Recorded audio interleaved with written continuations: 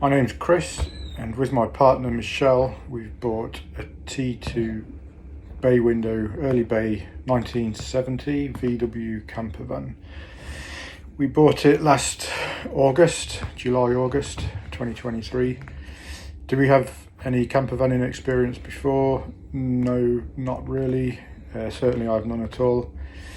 Never really had an interest in campervans myself, although my partner Michelle, who's obviously not sat with me right now, has dipped her feet into purchasing a campervan before and got stung, and that never ended up happening, and it's something she's always wanted to do. So I guess she has long-standing unfinished business with campervans.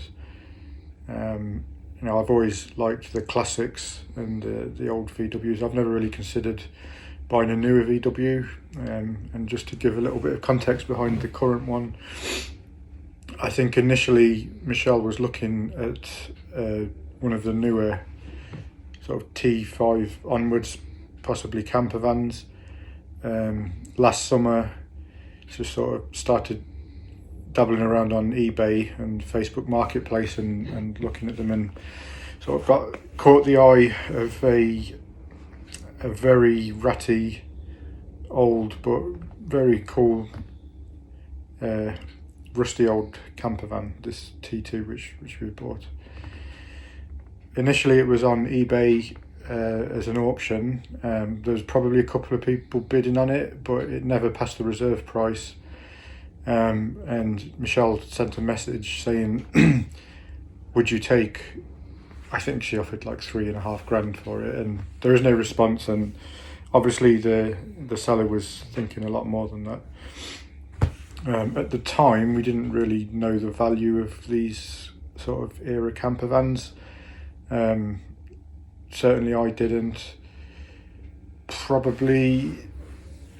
Obviously it depends on the condition and everything. I knew that there was value in them, and some of them can be quite expensive, but given the state of this one, I was not really sure. We ended up finding it again on either Marketplace or eBay as a straight up sale, and we contacted a guy in Wrexham and went over and bought this campervan. Its condition when we bought it, not good. Really, I don't have any experience with I don't have any experience with four-wheel mechanics. I understand motorbikes well, and I can do a lot of maintenance and servicing on bikes. I know that principally it's the same, and these older vehicles are quite easy to work on, but when it comes to like body work and panels, and this is something that's totally unfamiliar to me, and still something that we don't really have the resources to touch. Michelle, likewise, she understands the basic principles of it. We've got a workshop, we've got good tools, since then we've bought more and more tools, and I think we're well kitted out to do some basic tasks. We've got welders. So I'll just bring this back up on the screen because I'm looking at the van as we talk. So poor condition overall when we bought it. What can I say? It's rusty on the outside, and it was even rustier on the inside, and we should have known better. We paid, I think looking back, we definitely overpaid for it, £7,000, and then the chap we were selling it from was a body shop as well, and he said for another £500 he'd fix some welds which we'd sort of identified as we were looking around. So the sill and on the rear fold down window boot, and a couple of other bits which I was kind of against that. I said no, let's just take it and figure it out for the lower price, but this is what happened, and we ended up paying it. So as it turned out, it was kind of pointless because we found out obviously since then there was a lot more welding to be doing. We had the opportunity to have a good look around it, looked underneath it. It was, to be fair, it was so caked in grease and dirt underneath that you wouldn't have found any rust, unless you're a sort of someone experienced or a mechanic who's looking at the right things. But since then, the first thing we did, we agreed that we were going to strip the interior and do kind of a semi, I'd call it a semi-restoration. Mine and Michelle's ideas of the extent of restoration differ slightly that we're willing to do. I mean, we both acknowledge that it's going to be expensive and we're going to end up paying probably the same again just to get it to a standard where it's rough on the outside, but principally the mechanics are going to be good, the engine's going to be sound, and all the components are going to be either new or serviceable. This includes the price that we've been quoted for body work, which we're going to get done hopefully in March. It's January as I'm speaking to you now.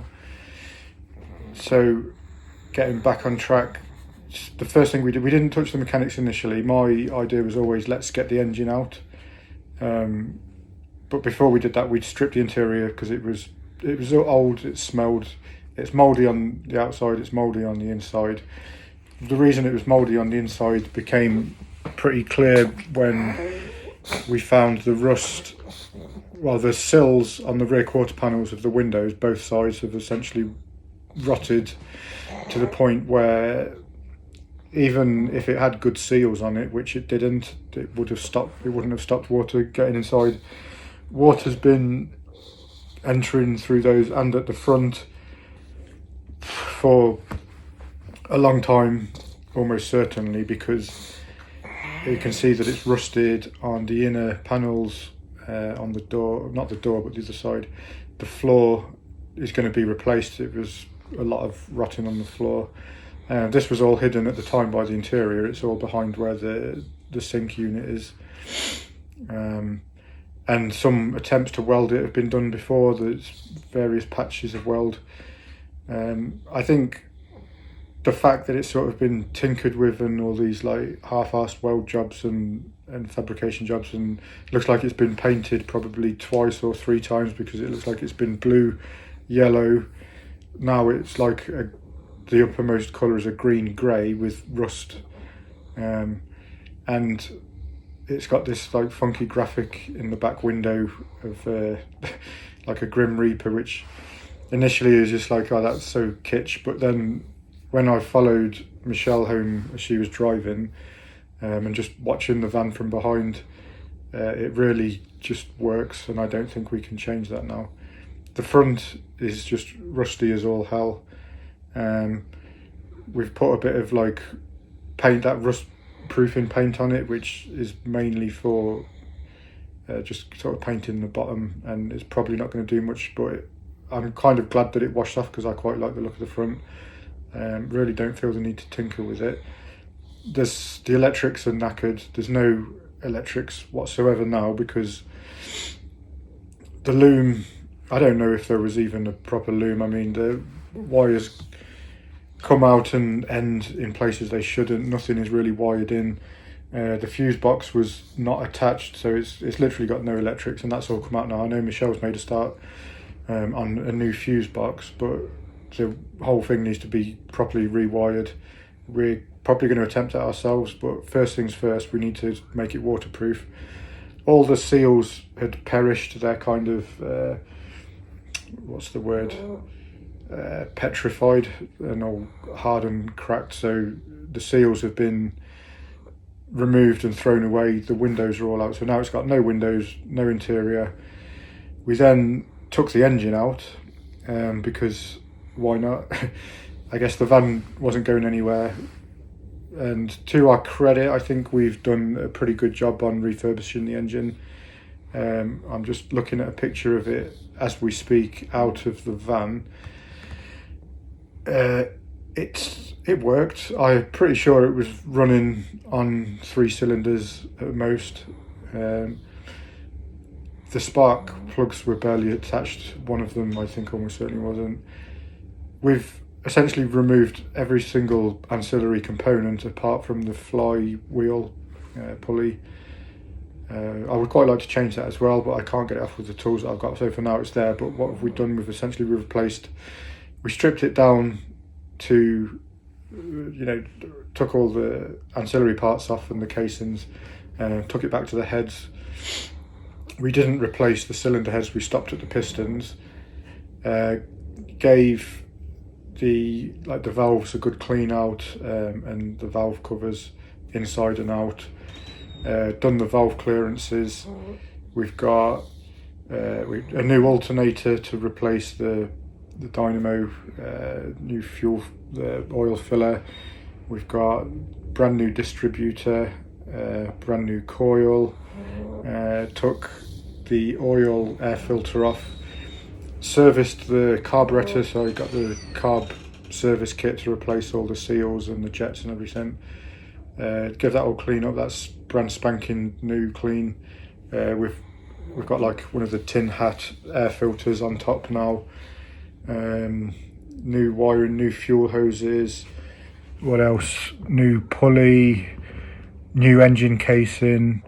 The fan we kept, and just gave it all a general clean up. Oh, new exhaust, completely new exhaust headers, new exhaust tailpipe, and the heat exchangers to come off, which I don't know if we'll even connect them to the van. Probably should have just got a straight through pipe, but it is what it is now. Gave the engine a thorough good clean up, painted a few parts, and now that looks really nice. Can't wait to get that back in. So that's where it's at now. Whilst the engine is out, we cleaned up the inside of the engine bay, which wasn't too bad. So we sort of paint stripped it, sanded it all back, hit it with the the reciprocating metal brush, wire brushed it all back to bare metal, primed it with like the red oxide rust destroying primer. We're going to go over that top coat with like a nice bright grey. We want it to be nice and bright, and like if it looks crappy on the outside and it's rusty and the bottom of the engine flaps all rusted and there's a shitload of patina and crackling, and then you open it up and it's got this really clean engine bay.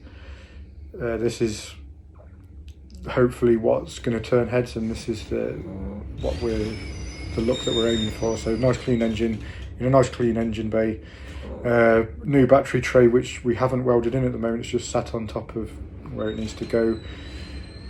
We've put new shocks, brand new shocks, to replace the knackered rear shocks.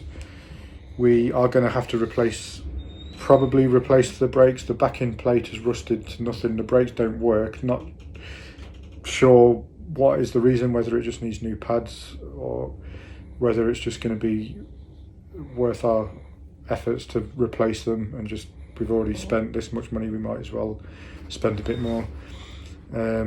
I'd love to do a brake disc conversion, but at the moment, given the amount of money that we're having to spend on it, that's probably going to just be drum brakes on the back, and then we'll work our way to the front. Probably end up doing the same on the front. The wheels, we're going to take them off, clean them up, take them back to bare metal, I think, sandblast them, powder coated. I would like to put chrome wheels on it, like the dish wheels, like the sort of like hot rod look. Not really sure how to describe it. I'll put a picture up as I edit over the video. So I think these would really make the van pop. It's like, you can be in the scruffiest, worst, dirtiest clothes ever, but if you've got like a brand spanking nice new pair of trainers on, it's okay, it looks good. But if you've got shitty trainers, it ruins the complete look. And I think the same is for the van. So if you've got that patinaed, rusty rat look, you need to have some pretty cool wheels, I think, to sort of make it clear that this is what this van is. It's not just a rusty old piece of shit, it's a rust rod. And then the next big news for us, or that's going to progress this project, is we've got a local, relatively new shop opened who does restorations, called Second Chance Restorations, here in Market Drayton, and we've managed to secure getting the van booked in.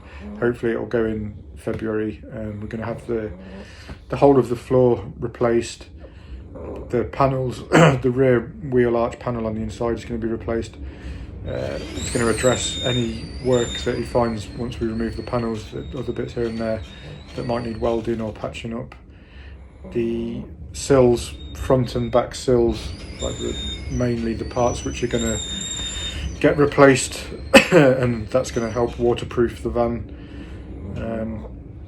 So we're looking at probably, I think it's probably going to be close to £3,500 worth of body fabrication. Hopefully get that back out by May. New window seals, get all the windows back in, and then we've got a waterproof van with a good running engine, and we can address those other little bits with the brakes and the wheels, get some new shocks on the front as well. They're not very expensive. And then we've got a shell of a vehicle with no electrics, but we can enjoy it because we didn't use it much. It was just such a hazard to drive. It didn't feel safe at all, but it was a hell of a fun experience just driving it. I'm quite happy just to, in the summer, to like potter up to the local pub or to the supermarket. So maybe this summer we might get a chance to do the same again.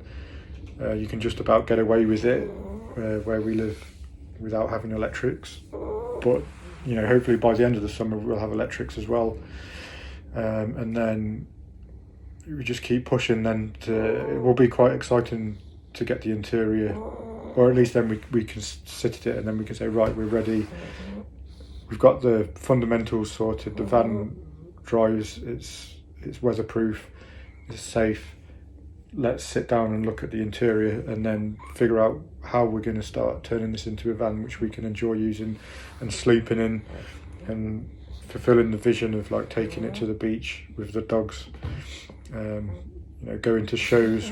I think it would capture a lot of interest at shows. Just one other little anecdotal thing about this van is that it's in a Christmas movie that came out in it was for this Christmas, so the movie was set, it's like it's supposed to be at a resort in Scandinavia. Obviously it's filmed in the UK, you can tell as you're watching it, so it's quite low budget, but it's like a family Christmas movie, and this family, it's sort of a little bit hard on the look, and they've booked a day out to go reindeer spotting or something, and then they're waiting for the bus, and this big nice spanking new tour bus pulls up. The family in front of them gets to go jump on it, and then they go to jump on this tour bus, and they're like, oh, I'm sorry, this ticket's not the right ticket that they got off this shady old lady, and then long story short, that disappears, and then Rusty pulls up and they're like, what the hell is this? So it was just used to sort of juxtapose this nice fancy tour bus with this crappy old 1970s beaten up camper van. And it's quite funny, they put tinsel in the windows, I think, to hide the Grim Reaper. Like maybe the Grim Reaper is a bit too violent for a family friendly Christmas movie. So I think it's a really fun project, and it's just riddled with these little anecdotes and interesting little bits about the van here. So it was with the previous owner since, I believe he said 2005. I don't think it's had any money spent on it in the last close to 20 years. You can see that it's just full of like bodge repairs. But now we've sort of we've essentially taken it back to nothing, and we're just trying to build it up again. It's fair to say that we've had a fair share of arguments over it. It's not been plain sailing. I think it's probably both of our faults. We argue over our ideas about how things should be done. I'm more inclined to cut corners and rush and bodge certain things to a certain extent. I think Michelle has this more of an idea of doing it a full proper restoration, and wanting to take the time to do it properly. But my objection to that really is just the fact that it's sat on the driveway, and we've got kind of limited funds and resources that we can allocate to this project. Not to mention that during the winter with all the will in the world, nobody can bring themselves to go out when it's 3 degrees wind and rain outside. It gets dark at 4 o'clock. You finish work, you're tired, you're hungry. You're not going to set up lights out on a gravel driveway and just sit there and start cranking away. Fortunately, we've got the workshop, but we've done all the engine work in the workshop. But that's pretty much all we can do. We can't bring the van into the workshop, it's not big enough. So we're kind of restricted to the driveway. Quite glad that it's going to the shop now, because it just kind of gets it out of our hair for a while, and then it'll come back hopefully for us to use in the summer. And like I say, we've had certainly plenty of ups and a lot of downs. Fundamentally, I really want to see this through to completion, and we always have the argument, it's like we're just going to get it done and sell it and recover our money, but I think really both of us don't want that. We want to sort of accomplish this and get to this stage where it's usable and we can enjoy it and sort of put our own stamp on it and feel like it's ours. I do think it's my fault we have a lot of these arguments, because I'm very controlling, a bit of a control freak and quite bossy. Michelle does a good job of rolling with the punches, but sometimes she can have her moments as well, and we can both be quite hot-headed and stubborn about certain things. So, well, ultimately we've still got it. I think we're both still in love with it. I'm really looking forward to this summer and just seeing its evolution, and looking forward to get it going. So the reason I'm making this video is because we toyed with the idea of making a YouTube channel. Unfortunately, we have been recording what we've been doing. We've been taking photos, and we've been doing a lot of time-lapse videos.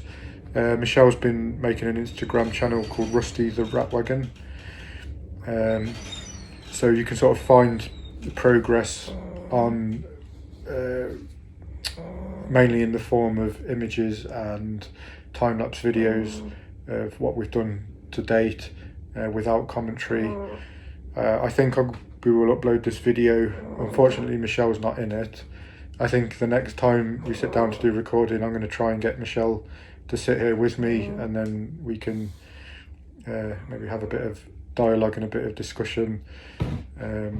Hopefully no drama for the camera, but if the camera was rolling all of this time until now, it would have been quite entertaining, I think, to see the dynamic between us. It sort of evolves from banter to annoyance to sometimes full-on arguing, but we've also had good sessions on it as well. Like when we took the engine out, it was a really good day.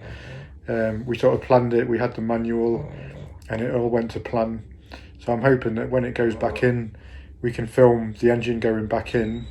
We just need to we primed the engine bay. We just need to top coat the engine bay, waiting for a good enough weather day to do that. Get the engine back in, we'll film that, and then that'll be the next video. So you've seen pictures of it now, as I've been editing the images over my narrating. And yeah, we'll go have a look on Instagram and follow the story, and yeah, hopefully enjoy watching some videos if you're into VW buses and rusty old classics. Give us a follow, and let's watch this progress.